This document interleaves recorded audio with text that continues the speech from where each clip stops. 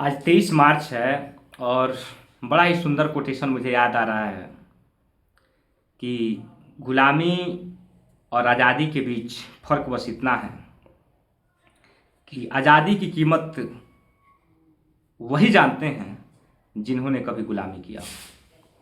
भगत सिंह की जब बात आती है, यानी जब 23 मार्च का जब दिन आता है, तो रगों में एक क्रांतिकारी ज्वाला भर जाती है उस 23 वर्ष के नौजवान के लिए, जिस नौजवान ने अपने घर से बगावत तक कर दिया। उनके पिताजी और माताजी जब शादी का प्रस्ताव उनके समक्ष रखते हैं तो भगत सिंह बेबाक स्वर में कहते हैं कि अगर इस गुलाम मुल्क में मेरी शादी होती है तो दुल्हन मेरी मौत बनेगी। लेकिन आज 23 तारीख की दहलीज पर हम खड़े हैं। उनकी शहादत आज के दिन हुई थी और उस दिन भारत के युवाओं की तरफ जब नज़रें घूमती हैं इस आज़ाद भारत में, तो हम सोचने पर मजबूर हो जाते हैं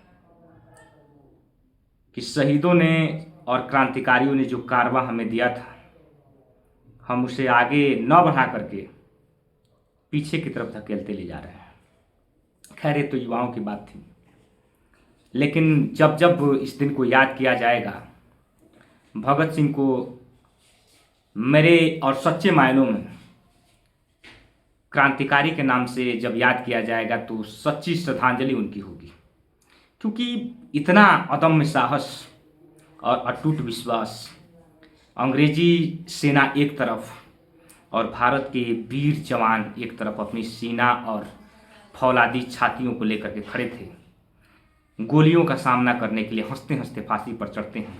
आज उनका दिन है,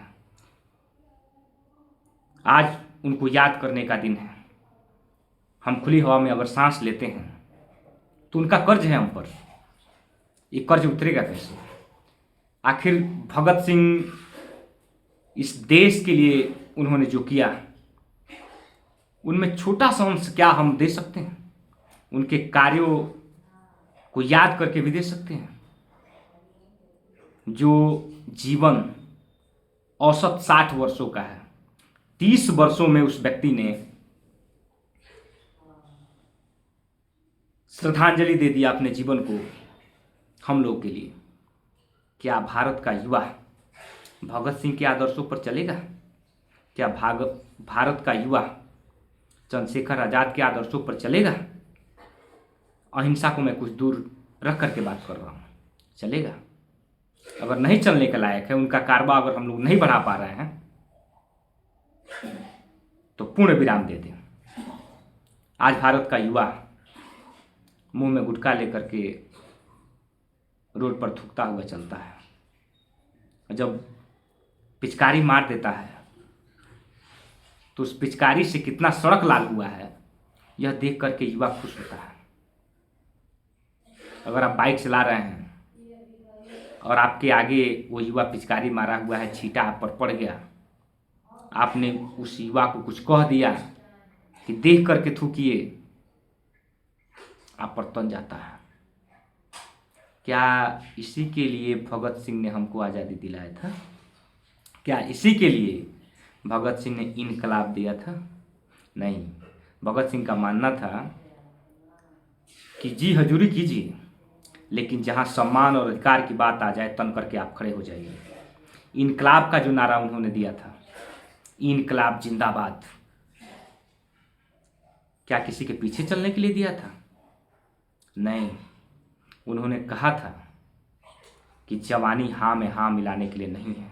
अगर गलत हो रहा है तो डट करके खड़े हो जाइए, छाती आगे कर दीजिए। लेकिन नहीं, भगत सिंह के इस देश में सच कहने वालों को मारा जाता है। अब कौन बनेगा भगत सिंह? हम सभी चाहते हैं कि भगत सिंह कोई आए जो जुल्म का नामो निशान मिटा दे, लेकिन अपने घर से भगत सिंह नहीं निकलना चाहिए। भगत सिंह चाहते तो हैं, लेकिन वह भगत सिंह अपने घर में नहीं चाहते हैं। इस सोच इस देश को कहाँ ले जाएगी? शायद इस देश के धरोहर क्रांतिकारी भगत सिंह आज होते तो युवाओं को देखते और सोचते कि युवाओं को मैं कहाँ ले जाना चाहता था। क्रांतिकारी का नारा हमने दिया था कि बहरों को अगर सुनाना है तो आवाज़ तेज करना पड़ेगा। लेकिन आज भारत का युवा स्वयं बहरा बनता जा रहा है। आपका क्या विचार है?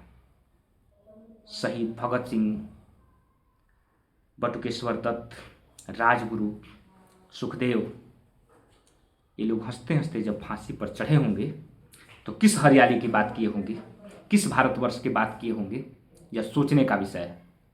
और ये प्रश्न कोई आम प्रश्न नहीं है, यह प्रश्न गंभीर प्रश्न है। इस पर विचार किया जाना चाहिए, मंथन किया जाना चाहिए। धन्यवाद।